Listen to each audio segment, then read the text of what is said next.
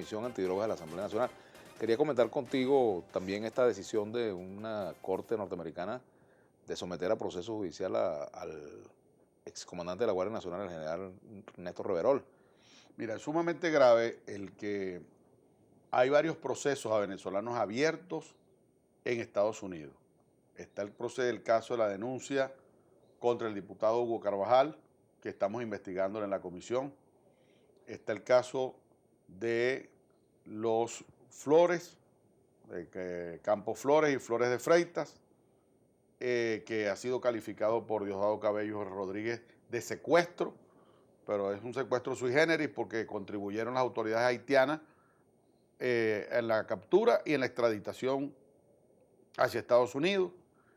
Y está el caso ahora del comandante de la Guardia Nacional, el ex comandante de la Guardia Nacional, Reverol, pero además el segundo en la ONA también, Edilberto Molina, también señalados por un acto de cooperación con traficantes.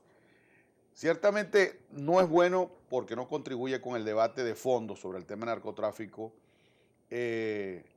señalar de culpabilidades sin investigar a alguien, porque yo digo que la desnaturalización del debate sobre narcotráfico en materia de tráfico, legitimación de bienes, de activos, etcétera, contribuye con los narcos cuando se desnaturaliza, porque entonces no se llega, si lo convierte en un acto de retaliación política, no se llega al fondo del problema, que es un problema económico, un problema social y un problema de salud y de seguridad. Pero es cierto que en Venezuela ha habido una incursión en las altas esferas sobre la penetración del narcotráfico que se expresa de muchas maneras. Se expresa en legitimación, se expresa en que Venezuela pasó de ser un país tránsito a ser un país productor y un país traficante. Se pasó de ser un país tránsito a ser un país donde la legitimación de capitales es muy grave, o hay señales muy graves, por ejemplo, que observamos en el Zulia en materia de construcción, de narcoconstrucción, señales de deformaciones en materia económica, con economías artificiales fundamentadas en el narcotráfico. Bueno, todo ese proceso que Colombia vivió durante muchos años y que lo conocimos, y donde hasta acá Pablo Escobar llegó a estar en el Congreso, imagínate tú. Yo creo que los venezolanos tenemos que entrar a ese debate con mucha seriedad, con mucha profundidad para evitar que Venezuela caiga en esas tentaciones, donde de paso hay que reconocer que los brazos del narcotráfico son múltiples y poderosos, son una especie de poder. Ustedes están investigando estos casos. Este caso, por ejemplo, esta acusación contra el general, ¿lo van a investigar ustedes ahí? No hemos iniciado esa investigación porque apenas eso, digamos, surgió en el marco público como un caso de la Fiscalía de Nueva York apenas ayer en las redes y en los medios. A mí me enviaron incluso notas en inglés y algunas traducidas con los elementos del caso que están manejando. ¿Podría la comisión abrir una investigación para conocer de este tema, que es sumamente preocupante porque ya no solo involucra a funcionarios y exfuncionarios militares? ¿Descartan ustedes que detrás de esto hay una intencionalidad política, detrás de esta acusación? ¿Lo descartan? Mira, yo creo que no hay por qué considerar que el gobierno norteamericano o el Poder Judicial norteamericano, que se ha apreciado de funcionar, vaya a hacer un uso político en un tema que para ellos es de valoración estratégica, porque Estados Unidos es una de las naciones más bombardeadas por el tema de la droga. De manera que es un problema de Estado, de seguridad de Estado para el gobierno norteamericano el tema del narcotráfico. Y ellos lo asumen de esa manera. Aquí hay una pregunta sobre, que es otro tema, porque son muchos temas, Liborio, sobre esta resolución que ha aprobado el Ministerio del Trabajo para que trabajadores de una empresa pública o privada puedan pasar a formar parte de otras empresas en el ámbito de la producción. Aquí me dicen en el Instagram, Pau Cabral me dice, Douglas los invitados corticos, ¿consideran que esa resolución 9855 es o no esclavitud? ¿Qué dicen ustedes? Y aquí se queja Pau Cabral, dice que equilibrio, ¿no? Mañana invita a Ramón Lup y el eterno perdedor Capriles, dice ella. Bueno, ayer estuvo una hora el diputado Francisco Torrealba del PSV y usted no dijo nada. Y hoy tenemos una hora, dos dirigentes de la oposición. Yo trato de ser equilibrado. Bueno, no sé si usted ve otros canales y ve lo mismo.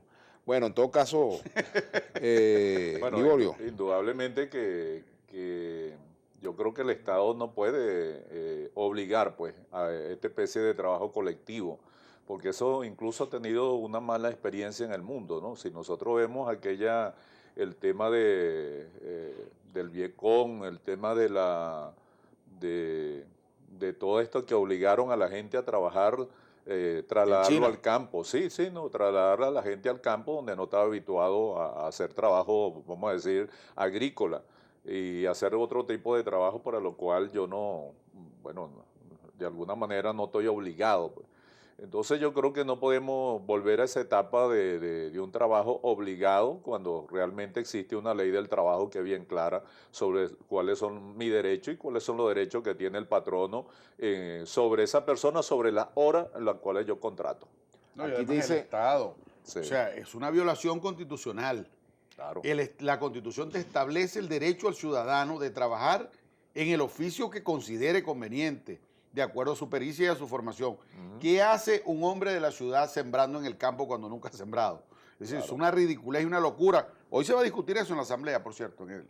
Está en el orden del día de hoy. Lenin dice por aquí, con 112 diputados y el gobierno se chupa el tiempo para el RR, ¿se puede habilitar la constituyente? Y nos contamos todos. Bueno, es que el fondo de este asunto, Vladimir, de por qué los diputados indígenas de Amazonas terminaron pagando pues digamos, esta arbitrariedad.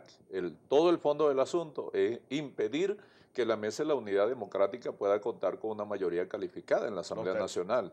Y eso se sabe porque cuáles son los poderes que tiene en este caso la Mesa de la Unidad. Bueno, por ejemplo, elegir a los rectores del Consejo Nacional Electoral sin necesidad de hacer lo que hicieron el año pasado para elegir a los nuevos rectores. Es decir, tiene que ir a la sala constitucional, en este caso no sería, para elegir a los próximos magistrados del Tribunal Supremo de Justicia, para poder convocar una constituyente, para poder convocar un referéndum. Es decir, son lo que pauta la Constitución, a lo cual tiene derecho, en este caso, la Mesa de la Unidad Democrática. Estas personas saben bien que han cometido fraude de la oposición, tengan un poco de honestidad.